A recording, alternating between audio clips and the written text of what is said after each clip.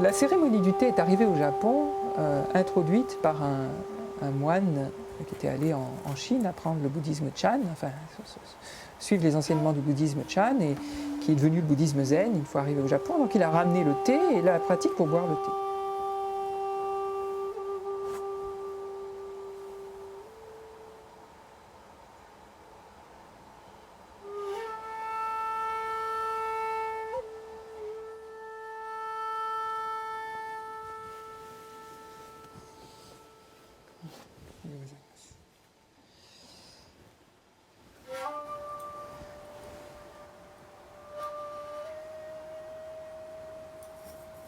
À cette période-là, en Chine, on était dans ce qu'on appelle la dynastie des Song.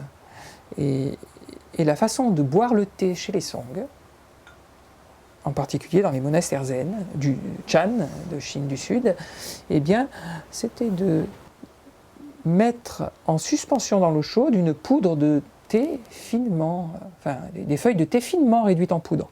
Et donc, dans cette façon de préparer le thé, non seulement on a une partie d'infusion parce que on utilise l'eau chaude, donc la poudre mélangée à l'eau chaude va laisser se dissoudre certaines substances dans l'eau, mais il va y avoir aussi le goût de la feuille elle-même, de la poudre elle-même.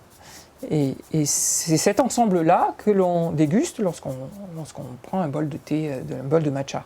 En Chine, ensuite, ça va être la période de l'invasion des Mongols. Et l'invasion mongole va éradiquer une grande partie de la culture des Song. Et donc la cérémonie du thé telle qu'elle se pratique au Japon, c'est une cérémonie du thé issue des Song qui va disparaître en Chine et va être préservée et arriver jusqu'à nos jours seulement au Japon.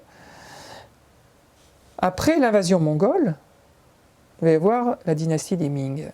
Et sous les Ming, le thé est une infusion de feuilles.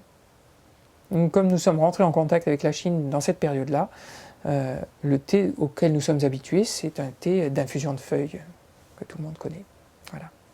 Donc c'est un thé différent de celui qu'on pratique, que l'on peut déguster dans une cérémonie du thé.